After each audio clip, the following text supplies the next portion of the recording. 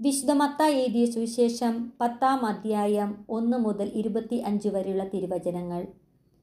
അവൻ തൻ്റെ 12 ശിഷ്യന്മാരെ വിളിച്ച് അശുദ്ധാത്മാക്കളെ ബഹിഷ്കരിക്കാനും എല്ലാ രോഗങ്ങളും വ്യാധികളും സുഖപ്പെടുത്താനും അവർക്ക് അധികാരം നൽകി. ആ 12 അപ്പസ്തോലന്മാരുടെ പേരുകൾ: ഒന്നാമൻ പത്രോസ് എന്ന് വിളിക്കപ്പെടുന്ന ശിമിയോൻ, അവൻ്റെ സഹോദരൻ അന്ത്രയോസ്, സെബദിയുടെ പുത്രനായ യാക്കോബ്, അവൻ്റെ സഹോദരൻ യോഹന്നാൻ, പീലിപ്പോസ്, ബർത്തലോമിയോ, തോമസ്, ചുങ്കക്കാരൻ മത്തായി, ഹൽപ്പയുടെ പുത്രൻ യാക്കോബ്, തദേവൂസ്, കാനാൻകാരൻ ശിമിയോൻ, യേശുവിനെ ഒറ്റിക്കൊടുത്ത യൂദാസ് കറിയോത്ത. ഈ 12 പേരെയും യേശു ഇപ്രകാരം ചുമതലപ്പെടുത്തി അയച്ചു: നിങ്ങൾ വിജാതിയരുടെ അടുത്തേക്ക് പോകരുത്, സമരിയാക്കാരുടെ പട്ടണത്തിൽ പ്രവേശിക്കുകയും അരുത്. പ്രത്യുത ഇസ്രായേൽ വംശത്തിലെ നഷ്ടപ്പെട്ടു പോയ ആടുകളുടെ അടുത്തേക്ക് പോകുവിൻ. പോകുമ്പോൾ സ്വർഗരാജ്യം സമീപിച്ചിരിക്കുന്നു എന്ന് പ്രസംഗിക്കുവിൻ. രോഗികളെ സുഖപ്പെടുത്തുകയും മരിച്ചവരെ ഉയർപ്പിക്കുകയും കുഷ്ഠരോഗികളെ ശുദ്ധരാക്കുകയും പിശാചുക്കളെ ബഹിഷ്കരിക്കുകയും ചെയ്യുവിൻ. ദാനമായി നിങ്ങൾക്ക് കിട്ടി, ദാനമായി തന്നെ കൊടുക്കുവിൻ. നിങ്ങളുടെ അരപ്പട്ടിയിൽ സ്വർണമോ വെള്ളിയോ ചെമ്പോ കരുതി വെക്കരുത്. യാത്രയ്ക്ക് സഞ്ചിയോ 2 ഉടുപ്പുകളോ ചെരുപ്പോ വടിയോ കൊണ്ടു പോകരുത്. വേല ചെയ്യുന്നവൻ ആഹാരത്തിന് അർഹനാണ്. നിങ്ങൾ ഏതെങ്കിലും പട്ടണത്തിലോ ഗ്രാമത്തിലോ പ്രവേശിക്കുമ്പോൾ അവിടെ യോഗ്യതയുള്ളവൻ ആരെന്ന് അന്വേഷിക്കുകയും അവിടം വിടുന്നതുവരെ അവനോട് കൂടെ താമസിക്കുകയും ചെയ്യുവിൻ. നിങ്ങൾ ആ ഭവനത്തിൽ പ്രവേശിക്കുമ്പോൾ അതിന് സമാധാനം ആശംസിക്കണം. ആ ഭവനം അർഹതയുള്ളതാണെങ്കിൽ നിങ്ങളുടെ സമാധാനം അതിൽ വസിക്കട്ടെ. അർഹതയില്ലാത്തതെങ്കിൽ നിങ്ങളുടെ സമാധാനം നിങ്ങളിലേക്ക് തന്നെ മടങ്ങട്ടെ.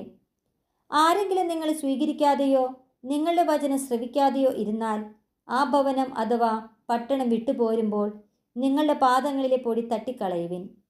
വിധി ദിവസത്തിൽ ആ പട്ടണത്തേക്കാൾ സോദോം ഗൊമോറ ദേശങ്ങൾക്ക് കൂടുതൽ ആശ്വാസമുണ്ടാകുമെന്ന് സത്യമായി ഞാൻ നിങ്ങളോട് പറയുന്നു.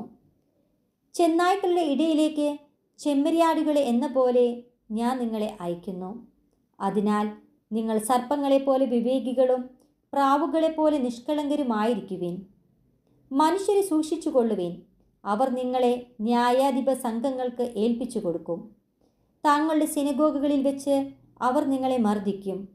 നിങ്ങൾ എന്നെ പ്രതി നാടുവാഴികളുടെയും രാജാക്കന്മാരുടെയും സന്നിധിയിലേക്ക് നയിക്കപ്പെടും. അവിടെ അവരുടെയും വിജാതിയരുടെയും മുമ്പാകെ നിങ്ങൾ സാക്ഷ്യം നൽകും. അവർ നിങ്ങളെ ഏൽപ്പിച്ചു കൊടുക്കുമ്പോൾ എങ്ങനെ പറയണമെന്നോ എന്തു പറയണമെന്നോ നിങ്ങൾ ആകുലപ്പെടേണ്ട. നിങ്ങൾ പറയേണ്ടത് ആ സമയത്ത് നിങ്ങൾക്ക് നൽകപ്പെടും. എന്തെന്നാൽ നിങ്ങളല്ല, നിങ്ങളിലൂടെ നിങ്ങളുടെ പിതാവിൻ്റെ ആത്മാവാണ് സംസാരിക്കുന്നത്. സഹോദരൻ സഹോദരനെയും പിതാവ് പുത്രനെയും മരണത്തിന് ഏൽപ്പിച്ചു കൊടുക്കും. മക്കൾ മാതാപിതാക്കന്മാരെ എതിർക്കുകയും അവരെ വധിക്കുകയും ചെയ്യും. എൻ്റെ നാമം മൂലം നിങ്ങൾ സർവരാലും ദ്വേഷിക്കപ്പെടും. അവസാനം വരെ സഹിച്ചു നിൽക്കുന്നവൻ രക്ഷപ്പെടും. ഒരു പട്ടണത്തിൽ അവർ നിങ്ങളെ പീഡിപ്പിക്കുമ്പോൾ മറ്റൊന്നിലേക്ക് ഓടിപ്പോകുവിൻ. സത്യമായി ഞാൻ നിങ്ങളോട് പറയുന്നു, മനുഷ്യപുത്രൻ്റെ ആഗമനത്തിന് മുമ്പ് നിങ്ങൾ ഇസ്രായേലിലെ പട്ടണങ്ങളിലെല്ലാം ഇങ്ങനെ ഓടി പൂർത്തിയാക്കുകയില്ല. ശിഷ്യൻ ഗുരുവിനേക്കാൾ വലിയവനല്ല, ഭൃത്യൻ യജമാനേക്കാൾ വലിയവനല്ല.